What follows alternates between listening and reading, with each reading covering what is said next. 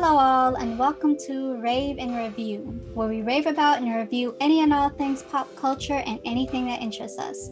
I'm Kaya, and you can follow me on Instagram, Twitter, and TikTok at kaya.r.pennington, and I'm also on Snapchat at QueenAthena44. And my name is Brianna, but you can call me Bre, and you can find me on Twitter and Instagram at BreNavet26. And you can follow Rave and Review on Twitter and Instagram at Rave_and_review. Before we get into it, be sure to like, follow, comment, subscribe, and most importantly, share, and click the notification bell, please. Thank you.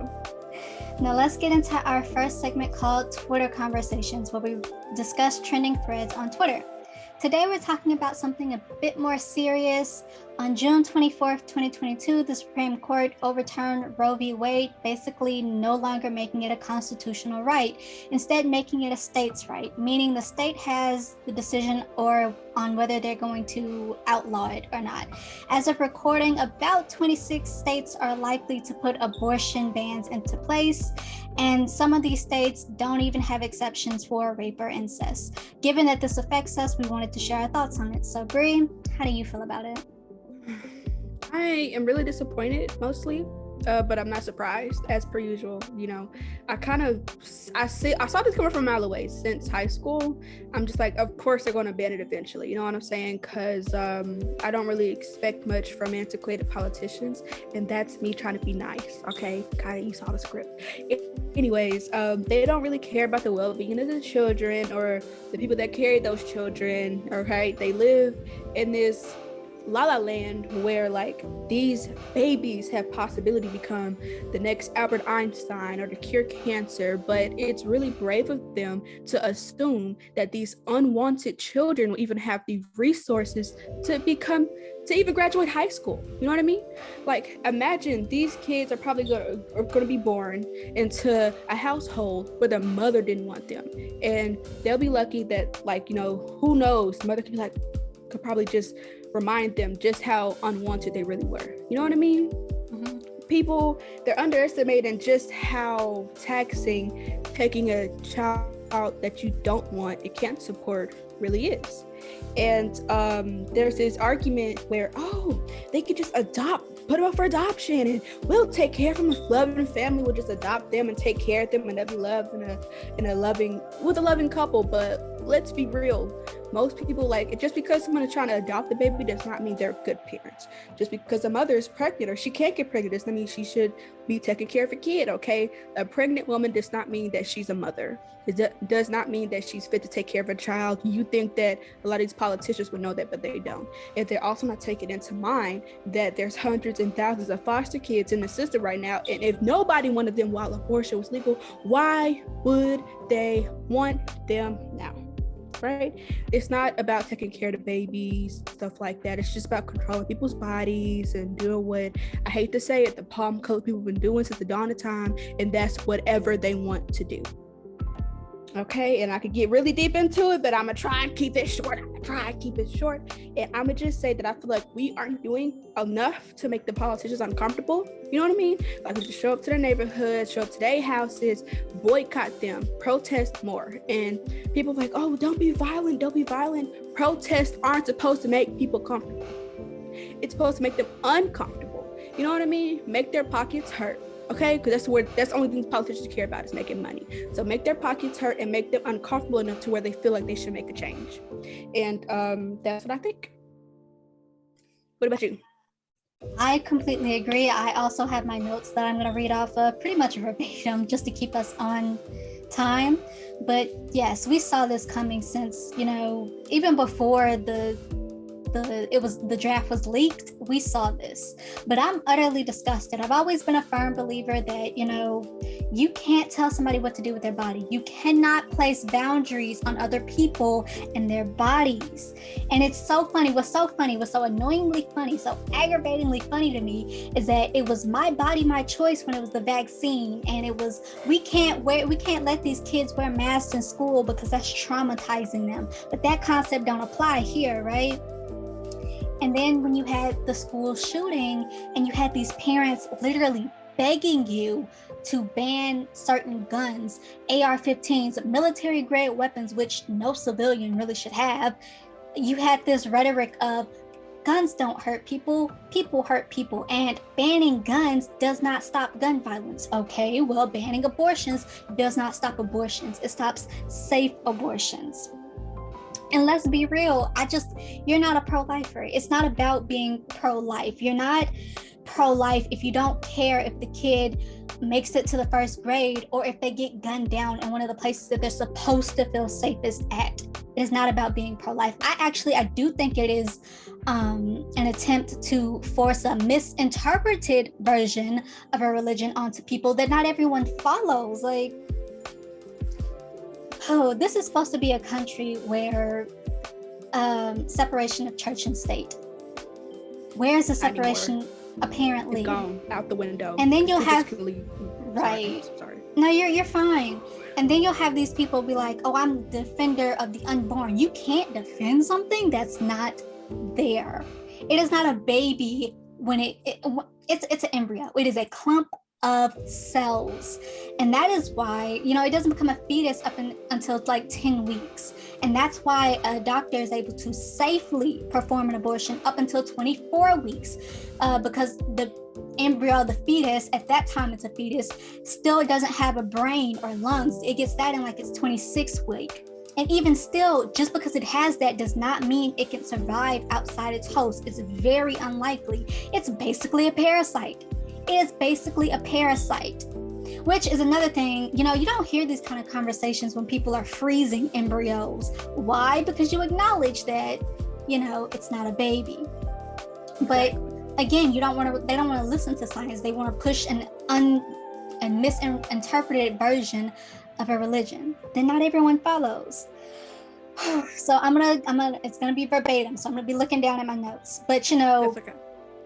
That's one of the reasons they didn't want Biden to be president was because he's Catholic, and they didn't want the Catholic government interfering in the Catholic Church to interfere in their government. Separation of church and state. But now it doesn't apply. And so again, I think I'm utterly disgusted. I'm horrified. I think this was an attempt to, 1, control people's bodies, to 2, force a misinterpreted version of religion onto people, to 3, uphold a document that was written in 1787 and ratified in 1788 by people who owned other people, acknowledged that said enslavement was wrong, but didn't know how to put it in the Constitution because it was a states' rights and an economic issue. Even Thomas Jefferson, their beloved founding father, said that a Constitution should be rewritten every 19 to 20 years. At the very least, it could be updated, meaning there's nothing wrong with placing abortion rights in there because it can be. I think also that no one in a country that values separation of church and state, we're supposed to value separation of church and state. No one in a country that values that should have a supreme power. I'm sorry, no, that's not where I'm going with that. No one in a democracy that supposedly values democratic ruling should have a ruling or people that have supreme power, let alone one, even if you do have one, let alone one that is ran by people who, let's be honest, won't be here in the next 10 to 20 years to see the after effects of this. Antiquated politicians. Exactly. Honestly, no one in a country that values separation of church and state should be governing with their religion. You'll hear these people say, "Oh, I'm a Christian. I have Christian values." That shouldn't matter because we are a melting pot where people can practice religion freely. So no one should be governing with their religion. Lastly, I think this is the beginning. I truly believe many more rights are going to start being the topic of conversation. Clarence Thomas already talked about gay rights and some other things that he'd like to overturn. I've seen a senator say Du Plessis versus Ferguson and Brown versus Board of Education. On Twitter, yes. Oh my God. This is only the beginning. But, again, I very much agree with you. We need to make these people uncomfortable because despite what they want to think, they work for us, the people. Yep. And we pay their bills. basically, and we need to make them uncomfortable. Democrats, Republicans, and independent alike, we need to make them uncomfortable. Lastly, I just want to acknowledge this. Ketanji Brown Jackson was just sworn in as the new Supreme Court justice, and so I'm sorry that she has to work with such crappy people, but congratulations. And with that, let's go ahead and move on into our TV review segment. And today we're talking about Netflix's You. Now, You follows Joe Gerberg as he navigates the dating world. But right off the bat, we see that something is a bit off with him. Any woman that he is interested in, he puts them on a pedestal and he eliminates anybody who is a threat to their relationship. However, once these women no longer fit on that pedestal, he eliminates them too. Now, we're specifically talking about season 3, where he's moved to suburbia with his wife, Love, and their baby. Love is basically the female version of Joe, and he can't seem to handle it. So, with that said, Bre, what are your thoughts on You? I like the show. I really like it a lot, despite how creepy it is. It's really weird watching through the point of view of the villain. You know what I mean? Usually we see from the woman's point of view, like, oh, he's stalking me, or I love him, and stuff like that. But the biggest part that I think the reason why everybody likes it is because it makes you more aware of the people that you like are around, right? Like, you never know what somebody is capable of until you know, and that's really like the scariest part. And another part that I really like about the show are the characters, because they have a lot of depth, and even the side characters like Carrie and Sherry, despite them being extremely annoying, right? And personally, my favorite part, I don't mean to interrupt you, my favorite part is when they were locked in the box. That is the most interesting thing that has happened to them. But go ahead, continue. How Carrie didn't die? Did he get stabbed or shot or something? He should have died in that cage. Let's be real. And I think it's crazy how somehow Joe finds a way to pick up this cage and take it wherever he goes. I guess he's building it, but like how? I don't know. I guess he's building it. If you don't plan on killing nobody, why you got the cage with you then, Joe? Just in case. Lord, that box is haunted. Whole lot of ghosts sitting up in there, okay? Forever. He carrying ghosts with him. Yeah. Anyways, I feel like I have notes on the characters, just a few of them. And personally, I just think that Joe's a hypocrite with mommy issues and daddy issues, and I don't think that he really falls in love with these women. I think that he is in love with the feeling of being obsessed, with the stalking feeling, like he likes to chase. But as soon as he really gets into a serious relationship with these women, like you said, he knock them off. And he just so happened to meet his match with Love. Like, he was just like, okay, yeah, I'm out of here. Love doesn't know who I am. And boom, dead body. Not to spoil anything. Not to spoil anything, but boom. Yes, there will be spoilers, by the way. Sorry. Spoilers. Yeah, sorry, spoiler alert. I didn't say who died, though, so. I will. In my rant, I will. Okay.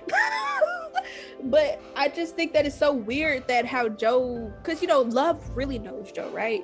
And yet he doesn't, there's a part in the season 3 where he was just like, during a camping trip with Carrie, where he just like, oh yeah, I really feel like I feel alive. Like, these people don't really know who I am, because he attempted to murder Carrie, and they were just like, yeah, you're an animal, Joe. But Love is the one who truly knows him, because she knows that he's a serial killer.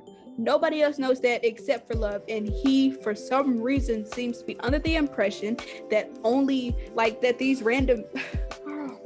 Anyways. Another character that I really want to cover is Theo. You remember Theo? Do you remember Theo? I feel bad for Theo. I feel like he has Theo, by the way, I'm sorry, I don't mean to interrupt you again, but Theo, by the way, is their 19-year-old neighbor. He's their child's neighbor, so, and he has a little love affair with Love. So continue. I feel like Theo was so innocent throughout this entire thing, and he also has mommy issues just like Joe and just like Love.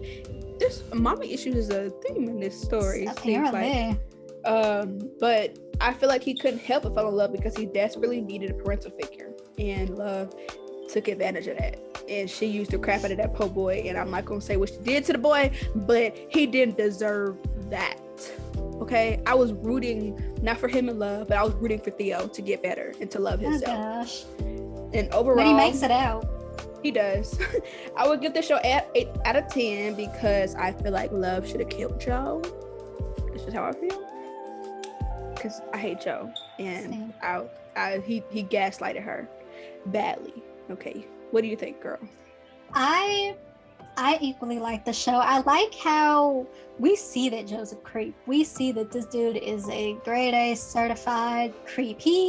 When he gets obsessed, he starts taking things from these women and keeping them. And it's not like love letters or like flirty texts.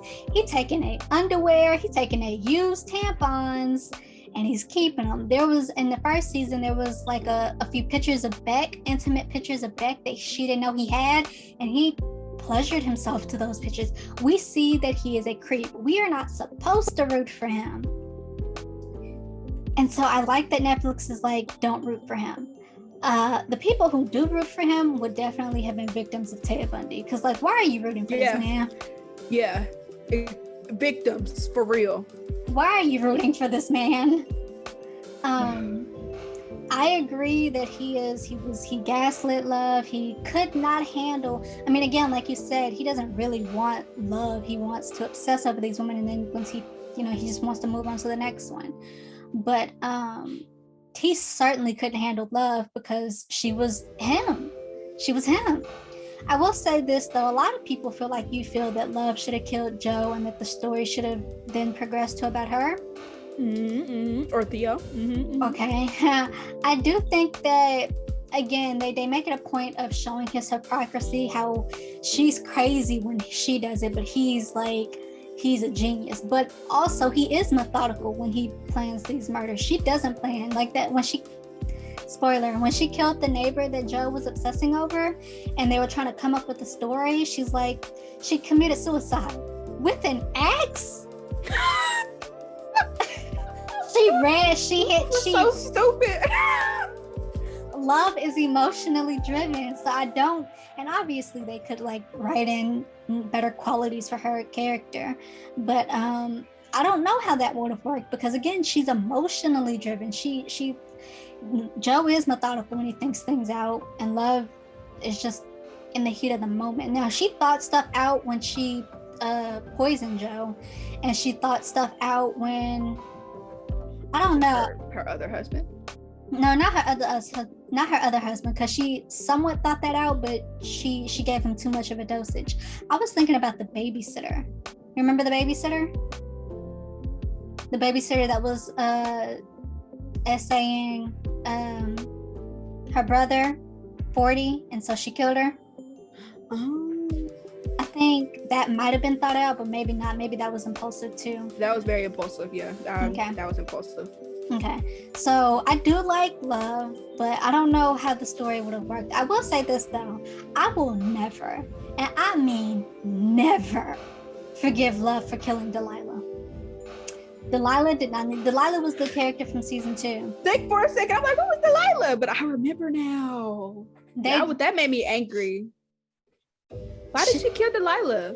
Look, I don't know, because I guess she knew the secrets. I personally think she was not covering for Joe. You can say love was covering for Joe when she killed Delilah, but she was jealous because Delilah was messing with Joe. I think she was very much jealous. I have a note here that says that she has attachment issues. Like, I really think that she can't let people go, and she didn't want to let Joe go. And honestly, I feel like that even if Joe did leave LA and become a better man, he still would have went on a killing spree despite. Because it's him. That was a front. He left LA and he still went around messing with women. So look, I've been watching Criminal Minds a lot lately, and that's just in him. It's psychologically in him now. Yes. So what's your rating? I 8 out of 10, B to B minus. So yeah. Okay, that's fair. That's what I gave it.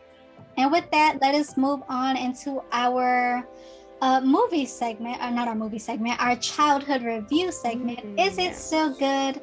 And today we're reviewing the 2013 remake of The Great Gatsby.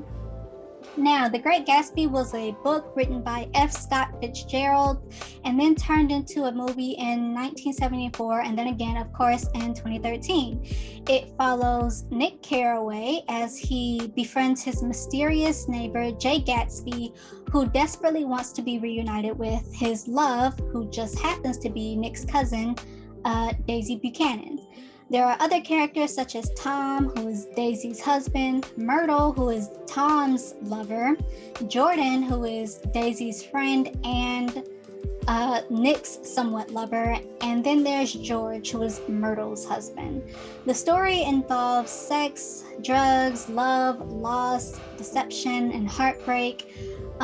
Basically, Gatsby befriends Nick. He gets him to invite Daisy over to a party because Gatsby throws parties across the way from Daisy. He lives just across from her, across a huge sea or lake or whatever. He throws parties every night, and he finally gets Nick to bring her over. He wins her over. They have a love affair even though she's married, but it doesn't matter because her husband's cheating anyway. Nick's involved because he brings Daisy over for these affairs, and he, Gatsby, Daisy, and Jordan all begin to party it out in the 1920s summer. Her husband catches on. He tries to drive them apart. It does.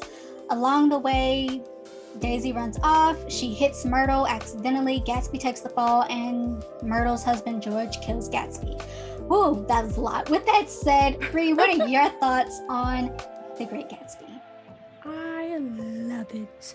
Even after all these years, yes, I was like 12 or 11 years old when the movie came out, but it's still great. I loved it then and I love it now. And one of my favorite parts about the movie is the music. Yes, the music, it's not historically accurate. I don't care. That's why I like it. I really enjoyed the music too. I think it added to the grandness of the 1920s summer. Yes, and then like I think that they made it like that to make it like more relatable to us, right? Like, come on now, that scene with Nick and Tom partying in that apartment, imagine they were just playing nothing but jazz music. We'd be like, this is boring. Like, playing Who Can't Stop Me mixed in with jazz music, that was so smart to me. That was smart.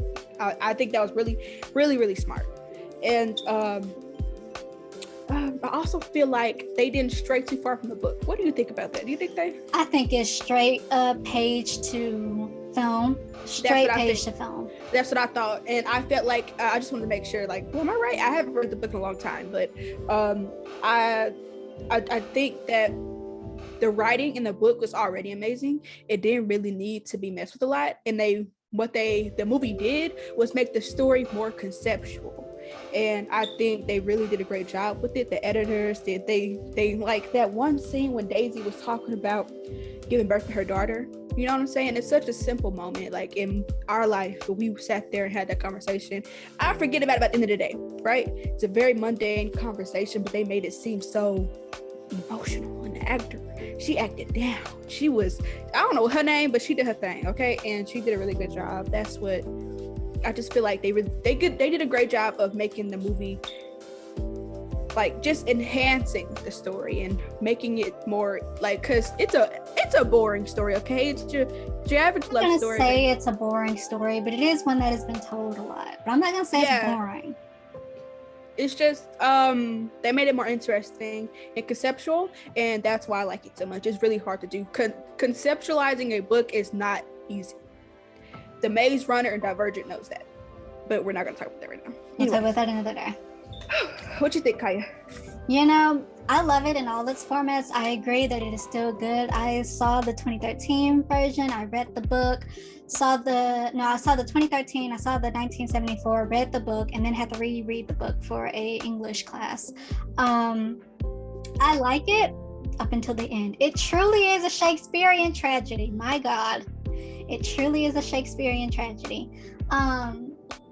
Daisy ain't shit. I saw in your notes, you kind of had it, and I'm not saying you were painting her as a victim, but you kind of had it as like, oh, she's being, these two men who are both kind of manipulative and abusive, or, yada. she's not a victim to me. I have no sympathy for her. I think so. I think because, like, think about it. Gatsby really didn't consider Daisy's feelings. Like, he just expected Daisy to pack her stuff and just leave her husband and children. Like, and he didn't give her a long time to make the decision. And Tom didn't make it easy for her either. And Gatsby was selfish to me. I'm not saying you're wrong, but I have more. I guess you're not really supposed to root for any of them, but I'm leaning more towards Gatsby. Daisy, even in the book, Nick describes her not as airhead, but like shallow. She doesn't care about her children. Like, she thinks about them in an afterthought. If you remember in the book, she thinks about them in an afterthought. She does not care about her children. That's true. And even though like at this point towards the end of the story, she kind of somewhat goes with Tom. If George had confronted Tom and shot Tom and not Gatsby, she would have went with Gatsby. So she just went with who could have. She's materialistic, and that's how I felt. That's how I feel. I feel like think about it. Like, if you was Daisy and you had to choose like which man to stay with, right? I feel like she chose the person that made her comfortable. You know what I mean? Like, I get that. I think it wasn't even about survival, because she got her own money. She's from old money. She has her own money. It's about materialism. Who can provide her more? Gatsby is from new money, and despite, there's that class issue, new money versus old money, and old money thinks new money sucks. So true. She was shallow and she was supposed to be, but like I feel no sympathy for her, because like that's her character arc. Nick was a real one. Look, real. I couldn't have been Nick. I would have been like, y'all figure it out. Bye. We do see him struggle like with the dilemma and about like living like the rich do and the deceptions, but he a real one. Now, he took care of Gatsby's funeral. He got the paparazzi and the press away. He handled all of that. For me, I would have most certainly tried to find a way to get into Gatsby's inheritance after doing it, because this drove him mad. Like, we see him telling the story from an insane asylum, or at least like at a doctor, because it broke him. Now, I think they explain it that his business partners took his money, or his assets got frozen or something. But if I was Nick, I would have most certainly tried to sneak on into that inheritance, because he dealt with everything. He did the funeral. He was the only one. But Gatsby had no kids either. Nope. But I guess, go ahead. I also feel like how like in the book, even like he explains, the eyes on that billboard, he says those are God's eyes. I was gonna get to that. I think that Nick was the one who really had the God's eyes. I felt like that in high school when I read it, and I feel like now, like, because he really saw everything. He saw from everybody's point of view, and he was able to see it from a place where nobody else understand. And I personally feel like, I'm shaking my camera. I personally feel like he should have said something to these people and told them, y'all kind of acted crazy. You know what I mean? Like, he should have been more real with Gatsby. He should have been more real with Daisy, but I don't think he told them enough. Told them what, though? Told them, like, he did tell Gatsby, you kind of live in a la la land, you can't live in the past. But I think he should have kept it real with them and told him like what he saw, because he saw it differently than everybody else. I get that, but again, I don't think it would have mattered, because Gatsby was so caught up in the lost love. He was naive. Yeah, which is, I guess that's why I feel for him, because I'm gonna get to that in a minute when I go to themes. But Tom, abusive, and I don't really have much to say on him. Like, honestly, Tom should have got the gun, but I guess that wouldn't have made it a tragedy then, now would it? We'd have been tap dancing, celebrating, dancing on that man's grave, girl. And Gatsby girl knew what he was doing. Right. Gatsby, this story is so rich with so many themes. Like, you have like very rich. The corruption of the American dream. Now, I know we all have our own different views on the American dream and if it exists and what it is, but through Nick's eyes, he basically describes the American dream as living a good life and being happy, and it's about diversity and independence, and finding, being your true self while finding what makes you happy. And that's corrupted when, you get all this money, or you get caught up in the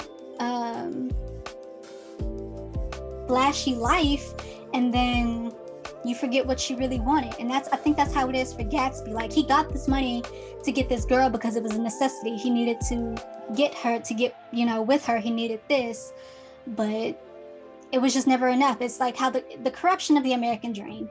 I think that's in there. Then you have morals and things like that, because the corruption of one's morals, which is what I think that ash yard, I can't remember the name of it. The Valley of Ashes. Valley of Ashes. Thank you. I think that's what that represents. And again, we see it through Nick, him like struggling with the deception of it all. You have themes like the eyes on the billboard, and then you have that light that Gatsby looks out at, maybe representing his hopes and his dreams for the future. And it was one more thing. Let me check my notes really quickly, and then we have to move on. But it was one more thing that he shared. No, I think that was it. The eyes, the valley, and the green light. Again, you have the class system.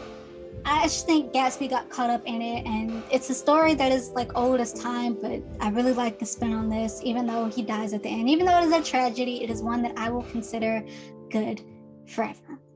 Yeah, good forever. It's good. It holds up to the test of time, book and movie. That's how I feel. In all formats. Yeah. Personally, it's too good to be bad. And with that, let us move into our last segment of the day. It's time for What's in the Headlines, where we rave and review celebrity news and gossip. And today we're talking about the recent BET Awards, the new Barbie movie, and we're also talking about TikTok possibly being banned from app stores. So Bre, what are first your thoughts on the new Barbie movie? I'm excited. I'm really excited. Like, at first, like, I didn't think we needed a Barbie movie, but now I think we do need a Barbie movie, and I'm really happy to see one. I don't know why people are so, I'm trying to talk fast for me time, but I honestly feel like I don't know why people, I understand why people are mad about, the set leaks, but I think it's really strategic for them to leak the set so often to kind of, create hype. And I like the costumes that I've seen so far. I don't think Ryan Gosling looks bad as Ken. I don't understand it. Maybe that's just me, but I don't get why everybody. I don't know. What do you think, Kaya? I guess I'm indifferent. Like, I'm confused.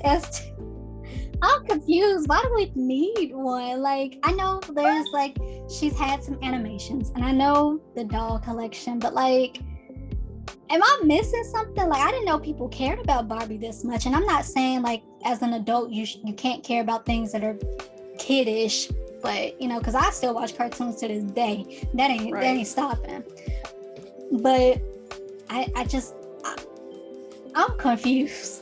Like, I mean, it's just the fashion. I think it's the fashion. Margot Robbie is 31. That's not old, but is it too old to play Barbie? Ryan Gosling. I don't know. That's a genuine question. I don't know. Ryan Gosling is like 41. Is that not too old to play Ken? I don't know. Mean, Barbie got a lot of jobs though. Clearly she had them. You telling me she a doctor, a veterinarian, all at 21? No. Barbie old. I'm indifferent, I guess. I don't get the hype. Understandably so. I'm confused. But don't let my cluelessness keep away from y'all's happiness. As of now, the movie... I'm a watch. I'm set. Okay, we're sitting. As of now, the movie should be in theaters sometime in July 2023. Let's move into the... I thought so.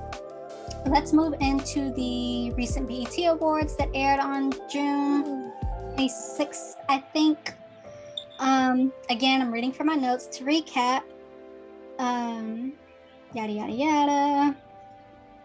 Jasmine Sullivan won Best Artist. She won Best Female Artist for R&B and Pop Artist. The Weeknd won Best Male R&B Pop Artist. Silk Sonic won Best Group. Megan Thee Stallion won Best Female Hip Hop Artist. Kendrick Lamar won Best Male Hip Hop Artist. Lotto won Best New Artist. And Album of the Year went to An Evening with Silk Sonic. There were many other winners and some snub invitations and some great performances. But Bre, what are your thoughts on the BET Awards?